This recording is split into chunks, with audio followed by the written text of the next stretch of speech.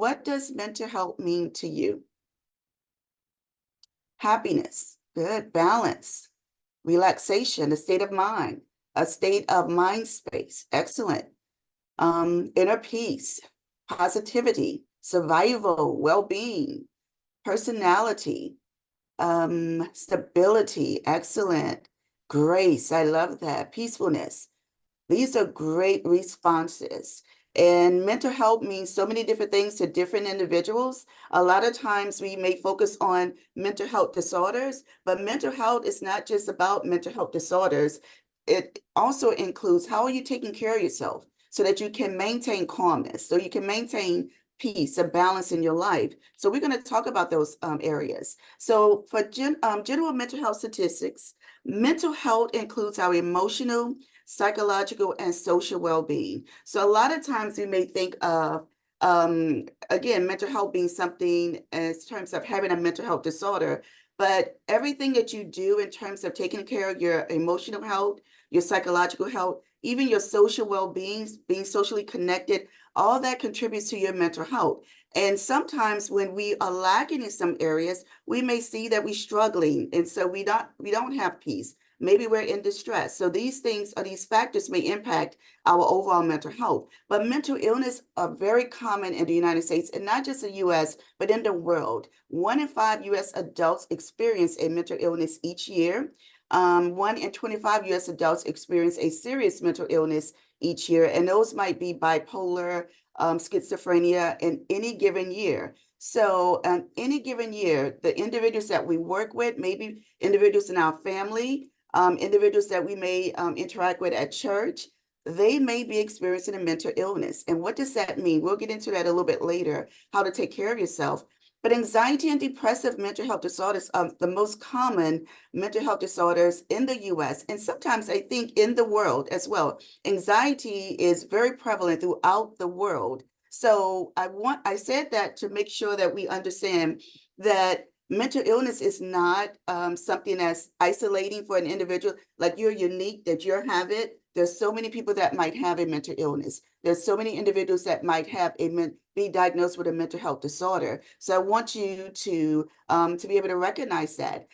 In addition, a lot of times we may hear individuals say, "Oh, I have low energy. Maybe I hope I'm not depressed." You may hear people use the words being depressed or anxious as if that rises to the occasion of a standard mental health disorder. It does not. You may have low energy, and it could be that you had a very stressful week that the past week. You may not be socially connected because maybe you had a difference of opinion or a disagreement with loved ones. So there are a lot of different reasons why some of these risk and early warning signs may pop up. But when we look at this in the mental health profession, we look at how long you have had these issues and how many issues you might be having at any given time. So one of the first things that I do when I work with my clients, even when they have a mental health disorder, or I'm checking in to see if they do have a mental disorder, I check in. I generally ask them questions. Tell me how you're managing stress. A lot of times when we manage stress, that we're able to manage some of the symptoms that might present for a mental illness. Sometimes we may struggle in that area. And individuals that have a mental health disorder, this could be a cue that, hey, you may be managing it well the last month or two, but now there's something to pay attention to because maybe you're leading up to an episode. So that's something to be mindful of. So I generally ask my clients, tell me how you're managing stress. I also want to know, has there been any changes in your eating and sleeping habits? Those are usually cues for me that something might be going on. It may not even be a mental health disorder. It could be an episode, but there's something to be mindful of. So these are some early warning signs and symptoms, but I do want you to be mindful of, just because you have these early warning signs and symptoms, it does not mean that you have a mental health disorder. It means that, hey, maybe it's time for self-reflecting. Let's see what's going on in your life. Let's see if we can get you some help. Now, these may indicate that you need to get connected to professional help to get appropriate diagnosis. But that's something for you to maybe discuss with your primary care doctor, or a mental health professional. But these are some key signs that I want you to pay attention to for you, or maybe someone in your family that may be experiencing these symptoms. So eating or sleeping too much or too little could be a indicator. It is an indicator with me when I'm working with my clients. I'm checking in with them, pulling away from people and unusual activities, having low or no energy, experiencing severe mood swings. These could be really symptoms of something more severe that we want to take a look at. Hearing voices or believing things that are not true, that is a key indicator that, hey, we need to take a look at this. Let's see how long this has been going on. Let's see if we can get you to connected to support that you need. How do you know when you're stressed? I want to ask you that question. So take some time to reflect on that. How do you know when you're stressed? Binge eating, okay. Rate change, heart rate change is good. I cry heavily. I get snippy, irritable, sleep. Oh, these are good warning signs of, hey, something may be going on. What's going on with me? It's time for self-reflection. I lay in bed all day, eye twitching, lack of sleep, short-tempered with family, teeth clenching. Yes, can't sleep, headaches. These are all good signs for you to pay attention to your body and what's going on around you. So one of the things that I want to do is let's explore, what does stress look like? How does it impact us? I'll give you an example of me when I feel that I'm stressed. I notice that, and I may not know that I'm stressed.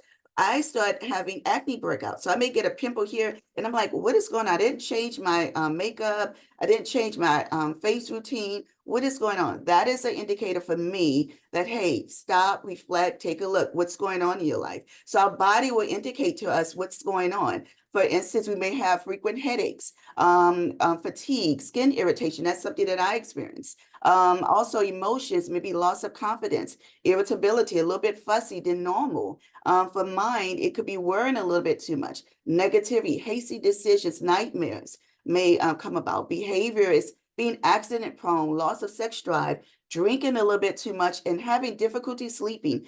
These could all be signs that, hey, it's time for you to self-reflect, stop, take a look. What's going on in my life? What am I doing? What am I maybe not even acknowledging? Sometimes what I like to do, again, it goes back to when I check in with my clients. I want them to share with me how they're managing stress. Have your eating and sleeping habits changed? A lot of times I could pick up if something has changed, then what's going on in your life? So we could try to tackle that. So here's some positive coping strategies. When you start recognizing some of the symptoms that is a cue for you that you might be stressed, it could be identifying your stressors. So stopping, reflecting, asking yourself, what's going on? Why am I feeling this way? Why am I having more headaches than normal? Why am I a little bit snippy? Why am I worrying a lot? What is going on in my life? That's time for self-reflection, so you can identify that. And I always want someone to honor their feelings. Even if you got angry, even if you got snippy with someone, that is something that's a cue for you to self-reflect. Anger, a lot of times people say, oh, they got angry. Anger is an acceptable feeling that we have. How we display anger is what's challenging. So we feel angry, we want to self-reflect on that. And if we're displaying that, that's when we have, in some cases, people with no families like, what is wrong with you? Why are you acting this way? So that's when we may notice that there's an issue or problem. So honor your feelings. I always want people to honor their feelings, whether they're good or bad, honor them. And also, this is a time to not isolate. A lot of times individuals who might be stressed, they may tend to pull away from individuals. Even if they are not sure if they have a mental health disorder, they may start isolating themselves.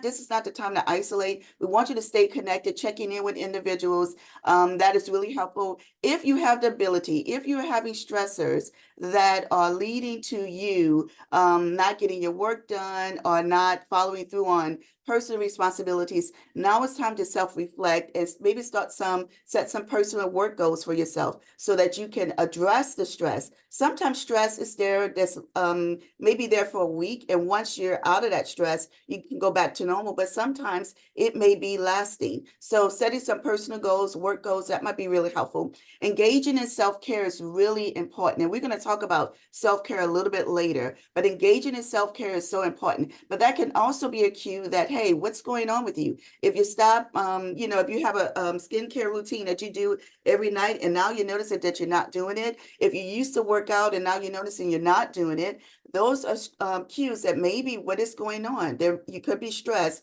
you may be experiencing something and you're not able to acknowledge it at that particular time. And always ask for help. If you're unsure what's going on, if you have people in your life, good trusted individuals, ask for help. And we'll talk about other mental health support after that. The reason why it's so important to start honoring your feelings, self-reflecting, is because we don't want you to engage in negative coping habits. And those negative coping habits could be as simple as ignoring what's going on.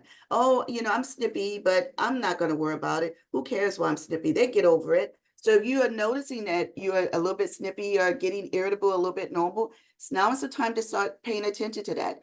Sometimes individuals, they may notice there's an increase in wanting or craving to drink a little bit more, or even engaging in drug use. So if you see an increase in this is something that's also a cue for you to start taking a step back, start reflecting. Escapism is another issue.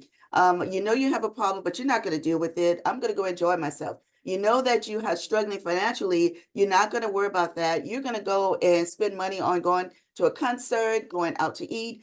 That, although those things may bring you joy for the moment, the problems will still be there. So escapism can be helpful in the moment for that exact moment, but the problems will still linger. Other risky behaviors might be overeating, maybe gambling. Those could be issues as well. Another issue could be, sometimes I notice when I work with individuals, they embrace themselves into work. They're taking on all these different projects. Workaholic, and people saying, oh, you got another task. Wow, you're always busy. Sometimes that's not something positive. Sometimes that could be not dealing with what's going on in your life. So working a lot excessively can be another issue that I would want to explore with you. Procrastination is another, can fall into ignoring feelings and escapism. But when we procrastinate, then the issues, they don't leave, they just stay there and they build up and we don't deal with them. And that can increase stress. That can increase, if you do have a mental health disorder, it can send you to, it can increase your chances of having an episode. And so we don't want to do that. And a lack of self-care goes back to, if you stop taking your baths, if you stop doing your hair, getting your nails done, the things that you really enjoyed, if you see that you are not doing those things as normally as that you would, then that could be a cue for something that's going on. So here's some general just some general tips to taking care of yourself. Taking a break. Yesterday we had a lot of individuals, I think it was just AT&T, and it could have been other, phone companies, cellular companies that had issues. And so when I got on social media, all I kept seeing was, oh, we're getting a cyber attack. So can you imagine if you're anxious and you're seeing something like that, how it could increase your anxiety at that time? Of course, you want to be aware of what's going on around you, but sometimes when you are on social media, you're listening to the news and you're hearing a lot of negative things, that can keep you in a negative state. So we want to make sure, if you have time, the ability, take a break from the news and social media. That would be really helpful. Also, find 3 good things. Gratitude is really important. Find 3 good things that happen to you each day and try to focus on those things and build on those things. Yeah, maybe you did not get your report in on time. We want you to do that, but you did a lot of other things that were good as well. So never negate the positive things that are happening in your life and focus on the negative, because that can keep you in a negative state. Now, what you can do is start implementing some strategies, time management strategies, to make sure that you do get your report on in a timely manner. So that could be something that you work on. Practice self-care, and we're going to talk about self-care a little bit later, but practicing self-care in the work environment is I think it's so helpful. One of the things I noticed for me is, and when you're in higher ed, you have a tendency to sit at your desk all day. So one of the things I decided to incorporate into my life, I decided to get up and leave and go home. And because I had little issues with my dog having accidents at home. So I would leave work, go home, open the door, let him get out, and come back in. And that reduced the issue that I had at home. But it also got me out moving. So I have to walk to my car. have to drive home and then get back to work, but walk back to the building. So all that is also exercise. I do take time throughout the day to walk if I can. That's really helpful as well. Now, you may not be able to go home and, let your dog out. Your situation may be a little bit different. My dog is really tired of me now, coming home, opening the door for him. But that helped me get up and start moving and not just sitting at the desk. Even when I made a decision, I'm going to eat healthy, I still made a decision to bring my food to work. And I sat in my office. I sat at my desk. That's still not helping me move around. And it's good to get up, move around. That might be really helpful. Staying connected with friends and family will be really helpful for you if you are stressed, if you are even experiencing a mental health issue. I think those things are important. Staying connected is really important. Keeping things in perspective. Again, today is one day.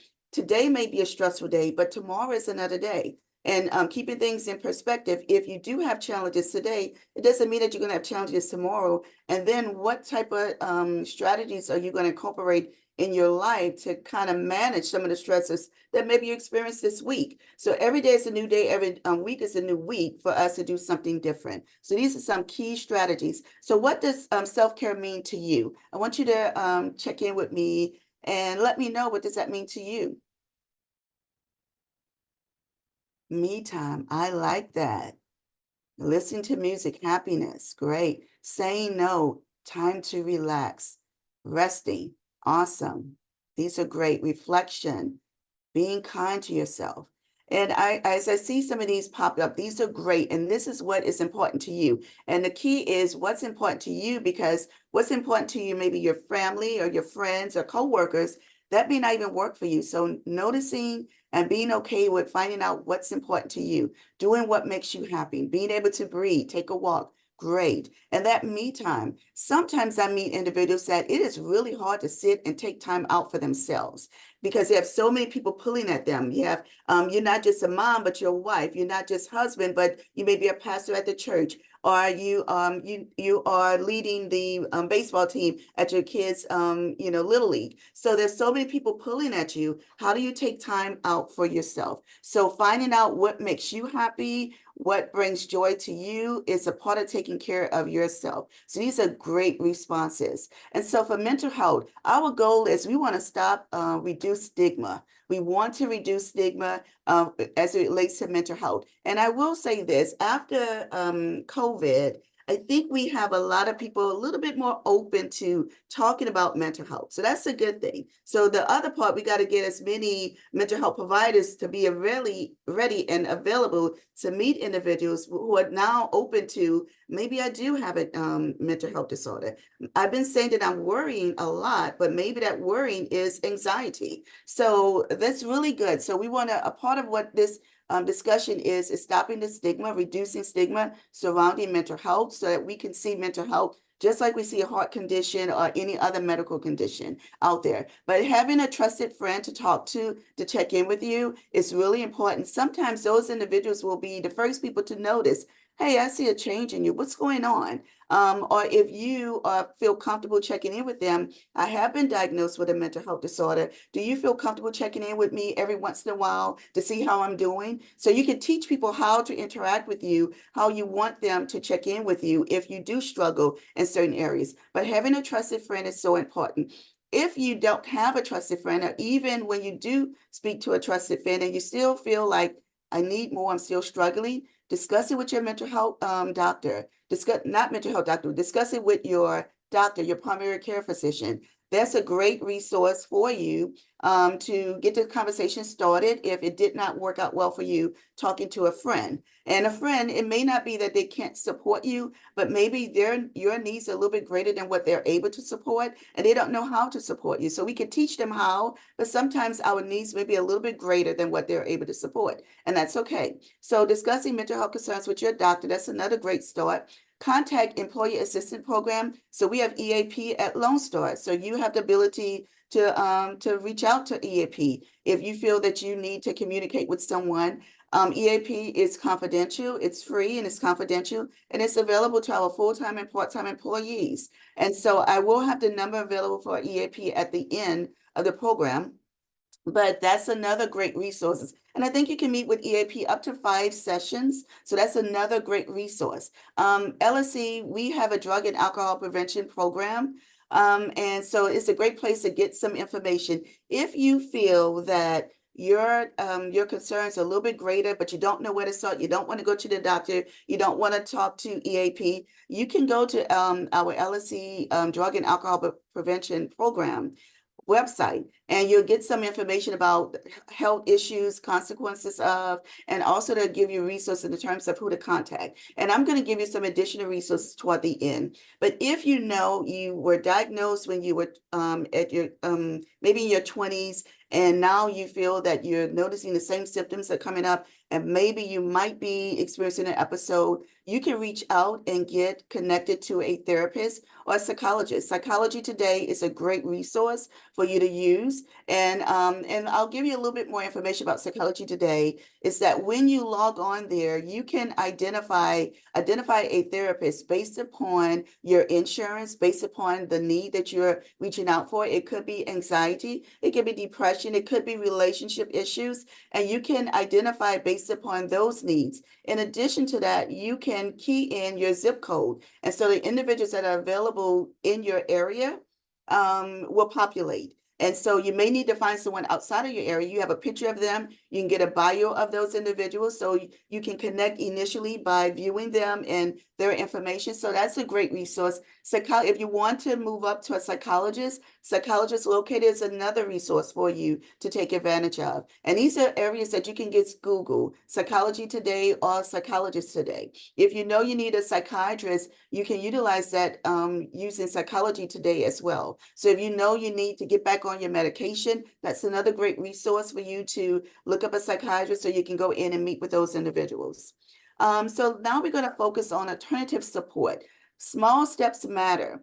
So a lot of times I've given presentations and I just talk about, oh, get up and do this. Why don't you try this? But sometimes you may have a goal, and it might be to, I want to lose 20 pounds by December. And so 20 pounds today, it may, that may be impossible for you to lose within a month. But setting a goal is really helpful. And what are those small steps you're going to do to accomplish your goal?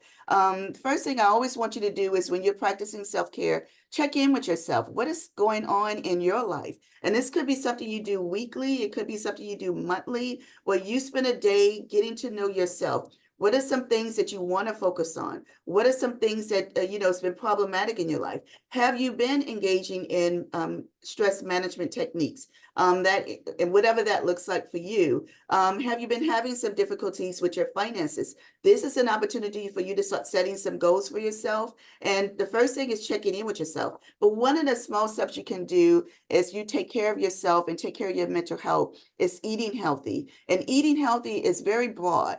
But I'll give you some examples of what I may do or what I have encouraged other individuals to do. So just say, for instance, you're eating out fast food 3 times a day. Well, instead of you doing 3 times a day, maybe you set a goal that you're going to eat out maybe 2 times a day. Those are small steps. And so it's building up for a larger goal. Okay. So that's a goal that you set for yourself. Instead of, you know that you want to lose weight, but getting into, going to the gym, or that's too much, or maybe you don't have the finances to do that, to join a gym.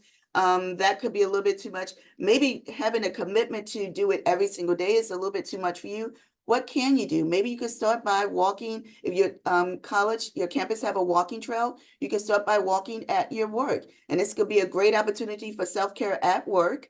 But also eating healthy, bringing snacks to work instead of just going to the vending machine and grabbing what's in the vending machine.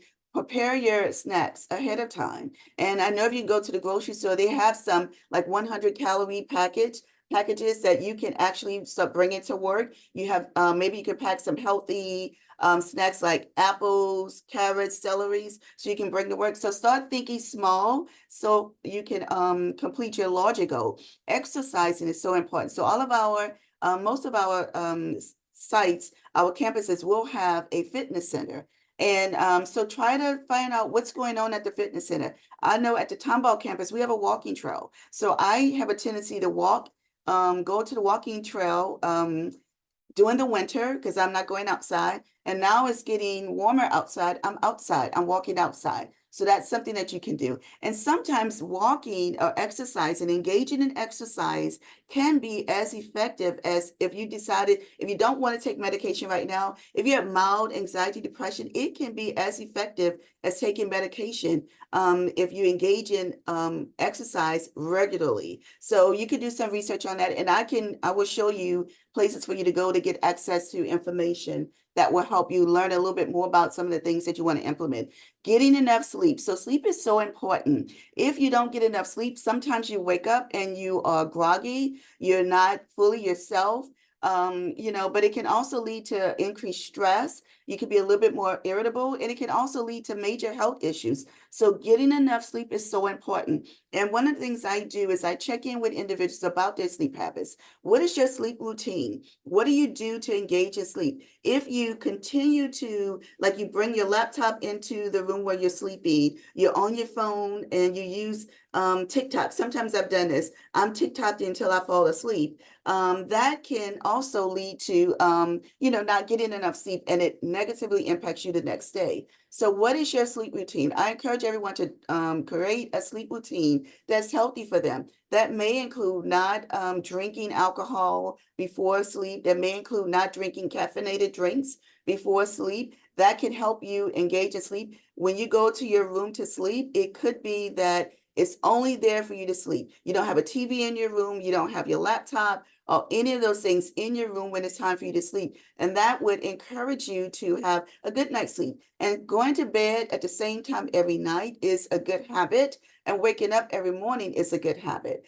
I know that our lives can be challenging. Sometimes that may happen. It may happen for the 3 weeks that you are on a habit of going to bed every day at the same time. And then there's 1 week where stress happens and you're not able to do it. That's okay. You go back, you manage your stress that week, and you go back to the routine that works best for you. Okay. And meditation is another thing. We're going to talk about that a little bit later because I'm going to give you a link where you can go and learn about meditation. Meditation can mean a lot of different things. It could mean guided imagery, deep breathing techniques, engaging in yoga activities, walking outside, being mindful about the environment around you, engaging in mindfulness behavior. All those things could be resources for you to help manage stress. But I'm going to give you a link so that you can have access to how to engage in meditation activities, how to get started in that.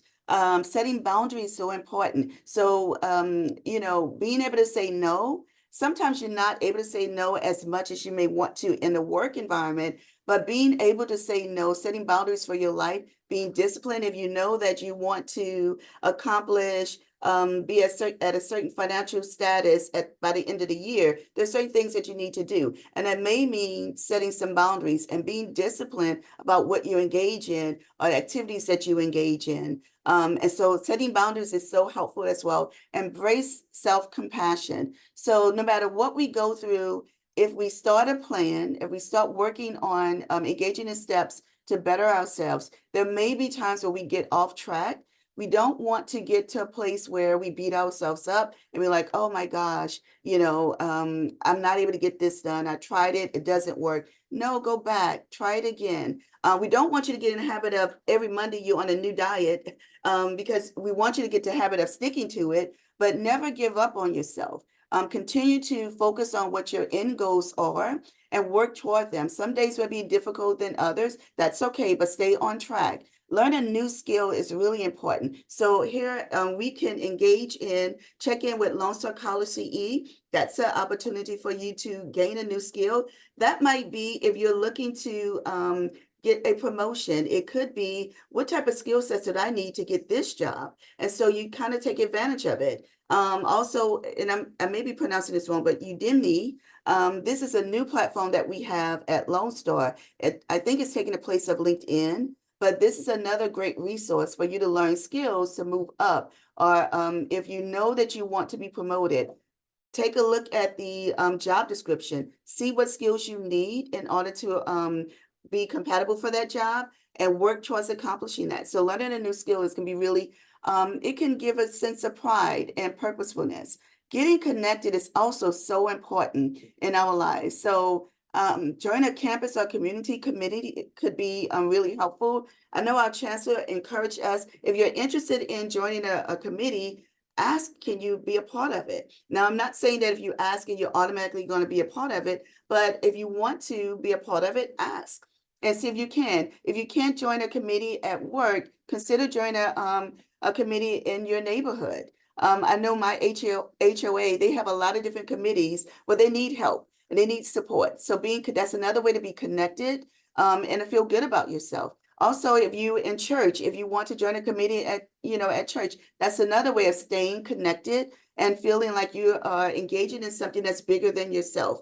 Things to do, and I put the city of Tomball, because I'm at the Tomball campus. So what are some things to do in Tomball? And I just clicked on City of Tomball, things to do, and a whole slew of activities populated for us. So whichever area you're living in, key in, and it's a quick Google search. What are some things to do in your city? And if you are maybe have difficulty, you have a family of 5 and finances might not be great, take a look at free things to do in your city. That's another opportunity. There are a lot of different free activities that are going on. And as I lead to Eventbrite and Meetup, these are great resources. So Eventbrite, you can look for, this is Black History Month. So I wanted to see what type of activities are available for Black History Month. There's a slew of activities. Some are you have to pay for, but some are free. That's another way for you to get engaged and stay connected. Meetup is another great resource to find people, like-minded individuals. So if you have an interest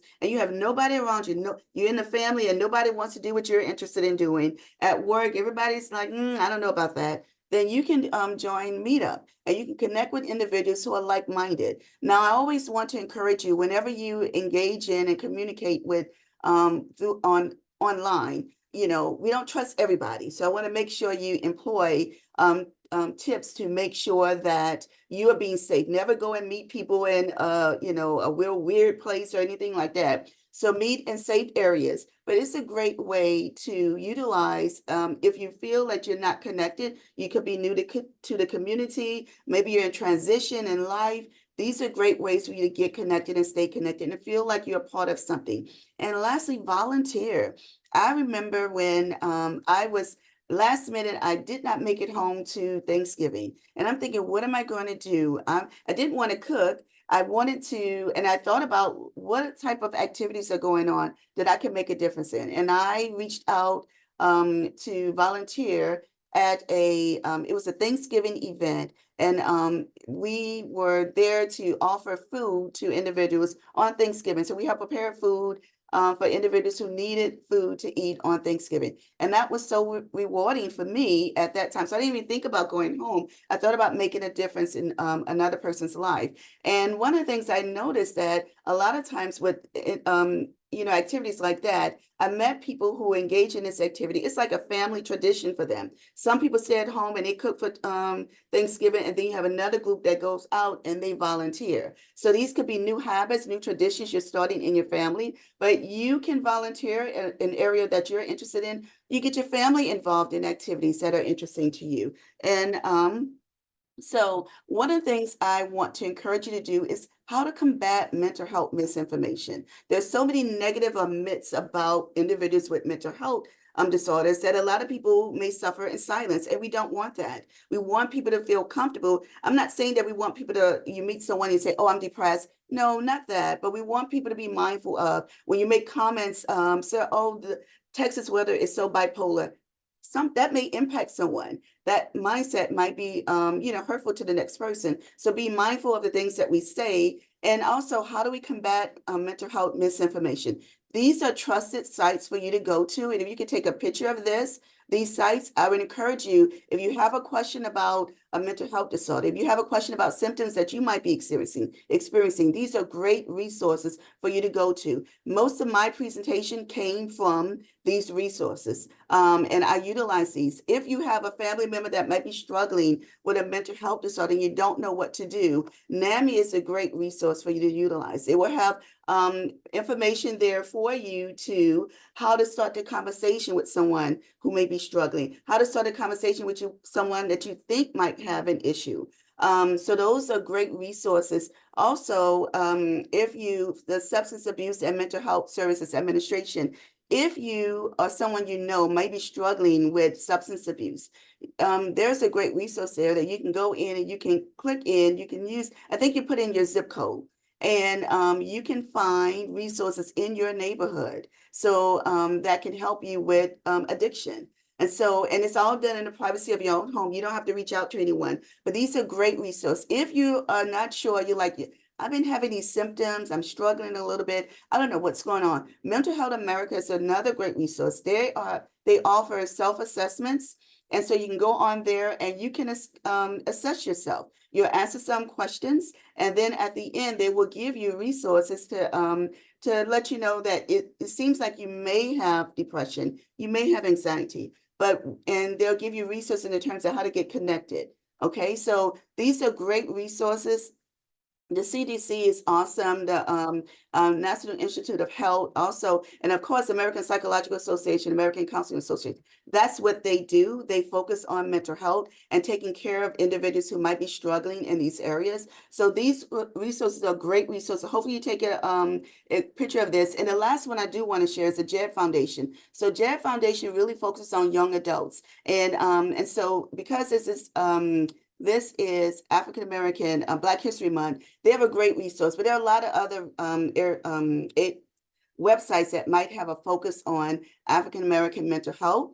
But they also talk about these areas in different months that we celebrate, different awareness activities that we celebrate. But the JED Foundation is really good when you have kiddos that may be struggling, you don't know how to help them, or you're unsure about what to do. You have individuals that are going to college, and it's really the teenage years I'm talking about, but individuals as they prepare to go to college, they provide great resources. And also there are resources for your individuals. So if they're struggling and they need connections, this is a great resource for your students to get connected to. So share this with them because it will help them process information from their perspective, what they're going through. And maybe they don't feel comfortable talking to mom and dad about it, but this is a great resource for them to get information about them. And they can also learn about what they're experiencing and how to communicate their concerns to you, your parent or sibling or someone of that nature.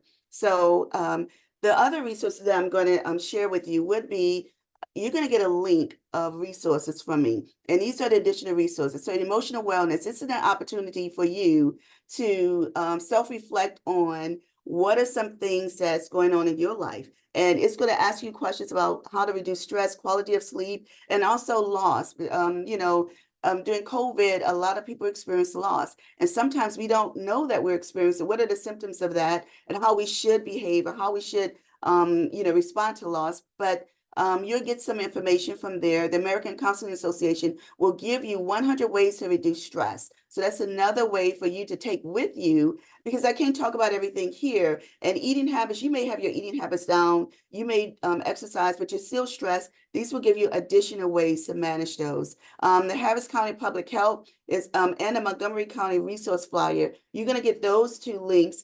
That is information in your areas. I know that not everyone may not have insurance. So we have insurance to take advantage of resources through Lone Star, but everyone may not. If you're part-time or even a family member may need resources in their area, these are great resources to get information in your respected area. If you know that you or maybe family members, you've been drinking a little bit too much and you want to start a new tradition in your family, I'm going to give you the link to the mocktail booklets so that you can take a look at those and start, you can really have a margarita without alcohol. A lot of people may not know that, but you really can. And so you'll get resources for you to create healthy non-alcoholic beverages. And the UT Texas, the Mind Body Labs. I use that a lot when I want to teach people how to engage in mindfulness behavior, guided imagery, deep breathing. So you have these resources, you have a link, so you can go there. So we may not, and time is running out here, but this is a resource for you to utilize, and you're going to get a link to there. So once you go there, you scroll down to the bottom, and it's maybe 10 different resources. So if you are able to take a 5-minute break, from your office, you can walk out, listen to how to deep breathe, and then go back to your office. So these are things that you can share with your family so that everyone could, engage in these types of behavior, mindfulness behavior. And employee assistance program is another great resource. So I do have one last question, and it's what self-care goals do you want to implement in your life during spring break? And the goals that you identify may not be something that we talked about here. And again, focus on you and what is important to you, not necessarily what you read, not necessarily what you see on social media, not necessarily what family or friends might do or coworkers. What is important to you? Okay, more time to myself, spending time with my husband. Yes, and disconnecting from work. Go somewhere new. Routine skin. I love it. Healthy eating and exercise, better sleep habits. Go out in nature and garden. Yes. So now we're moving into spring. A lot of different things are blooming. Going out and paying attention to what's going on around you. Being one with nature, being one with yourself in nature is so helpful. Spending time with family, absolutely. More walks with my dogs. My dog and I, it's been a tradition. Last year was kind of cold, but we like to go to new walking trails, try new walking trails during spring break. He loves it. Now he's getting a little old and I have to get him a stroller. So he'll start the walk, but then, he'll be in a stroller for a little bit. But that's been for the last 2 or 3 years, we started that routine and we want to continue it. So these are great. Learn how to play. I love it. And you're starting this for spring break. You don't have to finish it once spring break is over. You can continue as you continue to move forward. I think we have maybe 2 questions. Are there any questions? Okay, so no questions. Great. I'm glad you enjoyed the information presented. And we're going to find a way to get the links to you because I did not share them in the link. So I'm going to get these to you. Will we be able to get these links to everyone that attended the session?